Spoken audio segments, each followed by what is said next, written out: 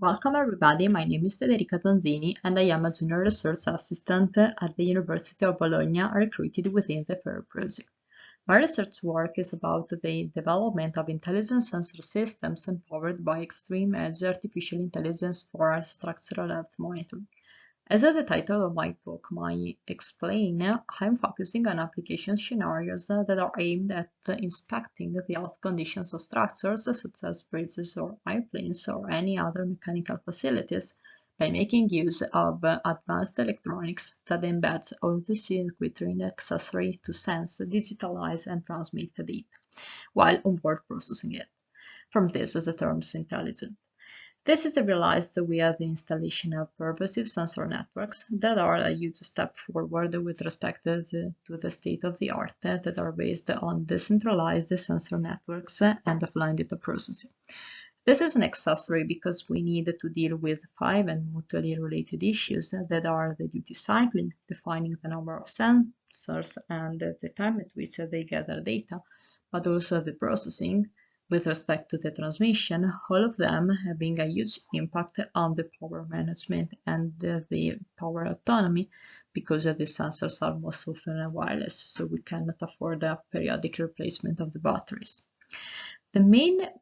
research question behind my work is there a way to reduce the data volume in an energy-efficient manner while preserving the diagnostic capabilities?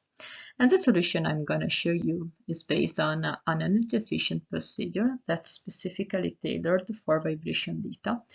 that is based on a tiny convolutional neural network or artificial intelligence solution, more generally, that can be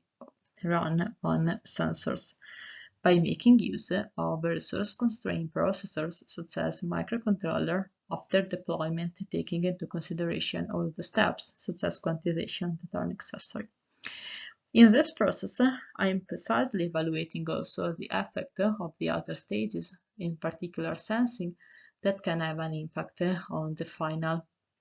energy budget of the sensor. The proposal is the one shown here in a schematic way, and let's suppose that we have, for example, a bridge and a massive array of sensors has been deployed on it. If we assume that this sensor is capable to perform and invert the health status by making use, for example, of a shallow neural network that is taking a time series data as input and processing them by means of a two-layer convolutional neural network, that is one convolutional neural network layer followed by wax pooling with limited number of filters and kernel size,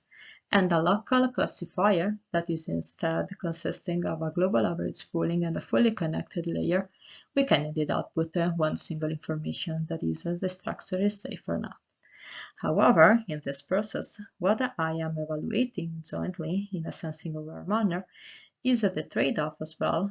due to the sampling rate and acquisition window, comparing with the convolutional neural network requirements in terms of model complexity and inference time, that both have an impact that might be huge on the power consumption. As a validation, I'm going to show you how this kind of machinery can work for a seminal use case, that is the DADU24 bridge in Switzerland.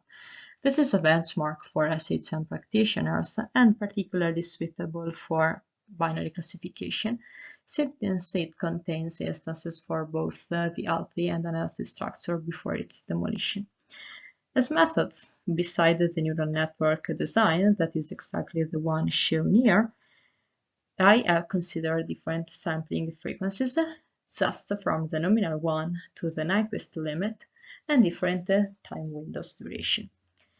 And the performances I obtained in terms of classification scores, comparing with the state-of-the-art, showed that even if I am reducing to a large extent these sensing stages, I am still capable to obtain a very satisfactory classification performances with all metrics being above 96%. From an energy point of view, I needed to profile my model on a sensor, and for this reason I have considered a smart wireless sensor that we have designed within our research lab, the Intelligent Sensor System Lab of the University, reducing The data length, thus in this case, resulted to be more efficient because if I consider the power expenditure shown here, I have that for one single cycle, for one single loop, I have that the solution with the shorter time duration is the one that can shrink the energy expenditure per hour from almost 60 millijoule per hour to less than 30 millijoule per hour. And this is really important because we can in this way extend the life cycle of the sensor while still being it fully autonomous also from a diagnostic point of view. This concludes my presentation and I thank you all for your kind attention.